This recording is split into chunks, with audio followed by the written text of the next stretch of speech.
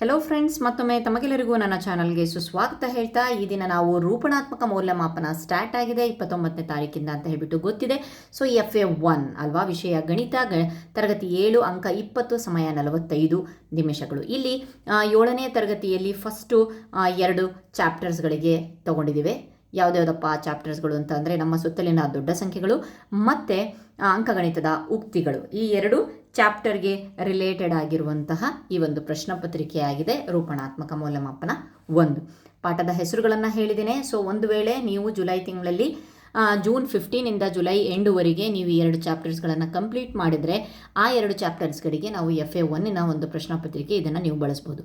ಒಂದು ವೇಳೆ ನೀವು 3ನೇ ಚಾಪ್ಟರ್ ಸಹ ಸ್ಟಾರ್ಟ್ ಮಾಡಿದರೆ ಸೊ ಅದರ 2 ಕ್ವಶನ್ಸ್ಗಳನ್ನು ಸಹ ನೀವು ಹಾಕ್ಬೋದು. ಓಕೆ, ಸರಿಯಾದ ಆಯ್ಕೆಗಳನ್ನು ಆರಿಸಿ ಬರೆಯಿರಿ. 1 ಅಂಕದ 4 ಕ್ವಶನ್ಸ್ಗಳಿದೆ. 10 ಲಕ್ಷ ಇಲ್ಲಿ ನಾನು ರೌಂಡ್ ಮಾಡಿದ್ದೀನಲ್ಲ ಅದು ಆನ್ಸರ್ಸು. ಸೊ ಸರಿಯಾದ ಆಯ್ಕೆಯನ್ನು ಆರಿಸಿ ಬರೆಯಿರಿ ಅಂತ ಕೊಟ್ಟಿದ್ದೀವಿ. ನೆಕ್ಸ್ಟು ಈ ಒಂದು 2,56,340 ಸಂಖ್ಯೆಯಲ್ಲಿ 5ರ ಸ್ಥಾನ ಬೆಲೆ ಎಷ್ಟು ಅಂತ ಹೇಳಿಬಿಟ್ಟು, ನೆಕ್ಸ್ಟು 40 - 16 / 4 ಇದರ ಒಂದು ಉತ್ತರ ಬೆಲೆ ಎಷ್ಟು ಅಂತ ಅಂದರೆ 36. ಹೇಗೆ ಬಂದಿದೆ ಅಂತ ಹೇಳ್ಬಿಟ್ಟು ಗೊತ್ತು. 40 - 16 / 4 ಬಾಡ್ಮಾಸ್ ಪ್ರಕ್ರಿಯೆ ಪ್ರಕಾರ ನಾವು ಇಲ್ಲಿ ಡಿವಿಷನ್ ಫಸ್ಟ್ ಮಾಡ್ತೇವೆ. ಸೊ ಇಲ್ಲಿ ಉತ್ತರ ಎಷ್ಟು ಬರುತ್ತೆ? 4 4 16 4, 40ರಲ್ಲಿ 4 ಕಳೆದ್ರೆ 36. ಬಾಡ್ಮಾಸ್ ನಿಯಮದಲ್ಲಿ ಡಿ ಅಂತ ಅಂದರೆ ಏನು ಅಂತಂದರೆ ಭಾಗಾಕಾರ. ಓಕೆ, ಖಾಲಿ ಸ್ಥಳಗಳನ್ನು ಸರಿಯಾದ ಉತ್ತರಗಳಿಂದ ಭರ್ತಿ ಮಾಡಿ. ಇಲ್ಲೂ ಸಹ 4 ಕ್ವಶನ್ಸ್ ಇದೆ, 1 marks per each question. So 4 total marks. 99,90,999 ಮುಂದಿನ ಸಂಖ್ಯೆ ಎಷ್ಟು ಅಂತ ಅಂದರೆ ಇದು ಎಷ್ಟು? ಇಲ್ಲಿ ನೀವು ನೋಡ್ಬೋದು, 1 ಕೋಟಿ. ಓಕೆ, 6 ಅಂಕಿಯ ಅತಿ ದೊಡ್ಡ ಸಂಖ್ಯೆ ಅದು ಸಮಸಂಖ್ಯೆ ಆಗಿರಬೇಕು. 6 ಅಂಕಿಯ ಅತಿ ದೊಡ್ಡ ಸಂಖ್ಯೆ ಯಾವುದಾಗುತ್ತೆ? 90,99,999 ಆಗುತ್ತೆ. ಆದರೆ 9 ಲಾಸ್ಟ್ ಬಿಡಿ ಸ್ಥಾನದಲ್ಲಿರೋದ್ರಿಂದ ಅದು ಸಮಸಂಖ್ಯೆ ಅಲ್ಲ. ಹಾಗಾಗಿಬಿಟ್ಟು ನಾವು ಒಂದು ಸ್ವಲ್ಪ ಹಿಂದಕ್ಕೆ ಬಂದುಬಿಟ್ಟು 98 ಮಾಡ್ತೀವಿ. ಓಕೆ, 9,99,998 ಬಿಡಿ ಸ್ಥಾನದಲ್ಲಿ 8 ಇರೋದ್ರಿಂದ 8 ಇದ್ದರೆ ಅದು ಸಮಸಂಖ್ಯೆ ಆಗಿರುತ್ತೆ. ಓಕೆ, ನೆಕ್ಸ್ಟು ಇಲ್ಲಿ 5 × 8 ಇದ್ರ ಜೊತೆ ಗುಣಿಸಿದ್ದೀವಿ. Next minus 5 × 3. ಓಕೆ, ನೆಕ್ಸ್ಟ್ 24 - 6 -+-4 ಇದೆ. ಓಕೆ, ಈ ಕೆಳಗಿನ ಸಂಖ್ಯೆಗಳನ್ನು ಮಾಡಿರಿ, ಈ ಕೆಳಗಿನ ಲೆಕ್ಕಗಳನ್ನು ಮಾಡಿರಿ. ಇಲ್ಲಿ 2 ಮಾರ್ಕ್ಸಿನ 3 ಕ್ವಶನ್ಸ್ ಇದೆ, ಬನ್ನಿ ನೋಡೋಣ. 89 + 21 - 10, 5 × 12 - 6 ಈ ಉಕ್ತಿಗಳಿಗೆ ಕಥೆಯನ್ನು ಬರೆದು ಅವುಗಳ ಬೆಲೆಯನ್ನು ಕಂಡುಹಿಡಿಯಿರಿ ಅಂತ ಆನ್ಸರ್ಸ್ ನೆಕ್ಸ್ಟ್ ಪೇಜಲ್ಲಿ ಬರೆದಿದ್ದೇನೆ, ನಾನು ತೋರಿಸ್ತೇನೆ. ನೆಕ್ಸ್ಟ್ 9,04,08,015 ಈ ಸಂಖ್ಯೆಯನ್ನು ಪದಗಳಲ್ಲಿ ಬರೀಬೇಕಂತೆ. ಸೊ ಇದಕ್ಕೆ 2 ಮಾರ್ಕ್ಸನ್ನು ನಾವು ಕೊಟ್ಟಿದ್ದೇವೆ. ನೆಕ್ಸ್ಟು ಸರಳೀಕರಿಸಿ ಅಂತ ಹೇಳಿ ಕೊಟ್ಟಿದ್ದೇವೆ. ಸೊ 45 - 18 + 7 + 10 ಇಲ್ಲಿ ಬ್ರಾಕೆಟ್ಗಳನ್ನು ಬಾಡ್ಮಾಸ್ ನಿಯಮ ಪ್ರಕಾರ ಬ್ರಾಕೆಟನ್ನು ತೆಗೆದು ಅದಾದಮೇಲೆ ನೆಕ್ಸ್ಟ್ ಮುಂದಿನ ಲೆಕ್ಕವನ್ನು ಮಾಡಬೇಕಾಗತ್ತೆ. ನೆಕ್ಸ್ಟ್ ವಿವರಣಾತ್ಮಕ ಪ್ರಶ್ನೆಗಳಿಗೆ ಉತ್ತರಿಸಿ. ಇಲ್ಲಿ ವಿವರಣಾತ್ಮಕ ಒಂದು ಪ್ರಶ್ನೆಗಳಿದೆ. So 3 marks, 2 questions, 6 marks total. So ಒಂದು ಪಟ್ಟಣ ಅಂತಂದರೆ ಮುಂಬೈ, ಜನಸಂಖ್ಯೆ 12,45,678. ಹಾಗೂ ಮತ್ತೊಂದು ಪಟ್ಟಣದ ಕೋಲ್ಕತ್ತಾ, ಜನಸಂಖ್ಯೆ ಇಷ್ಟಿದೆ 12,54,786. ಇದಕ್ಕೆ ರಿಲೇಟೆಡ್ ಆಗಿ 3 ಕ್ವಶನ್ಸ್ ಇದೆ. ಯಾವ ಪಟ್ಟಣದ ಜನಸಂಖ್ಯೆ ಹೆಚ್ಚು? ಆಫ್ಕೋರ್ಸ್ ಕೋಲ್ಕತ್ತಾ.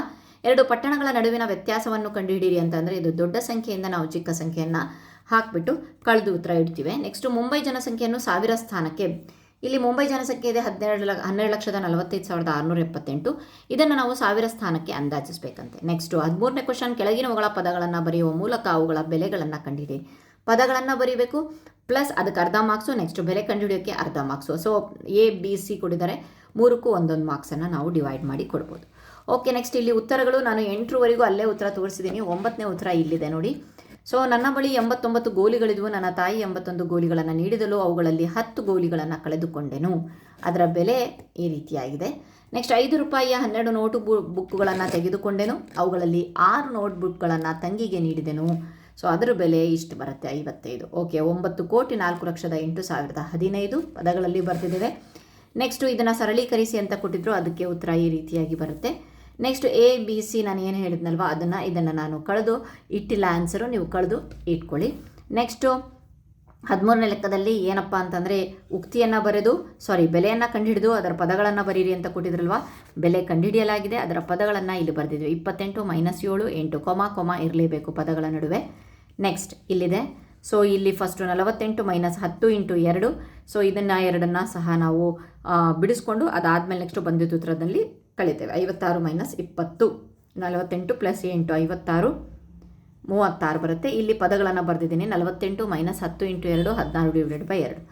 ನೆಕ್ಸ್ಟು ಈ ಒಂದು ಲೆಕ್ಕದಲ್ಲಿ 18 - ಇದನ್ನು ಗುಣಿಸ್ಕೊಳ್ಳಿ. 6 ಮೂರಲೆ 18, ನೆಕ್ಸ್ಟು 4 ಎಂಟ್ಲೆ 32, 32 ಐದಲೆ 142.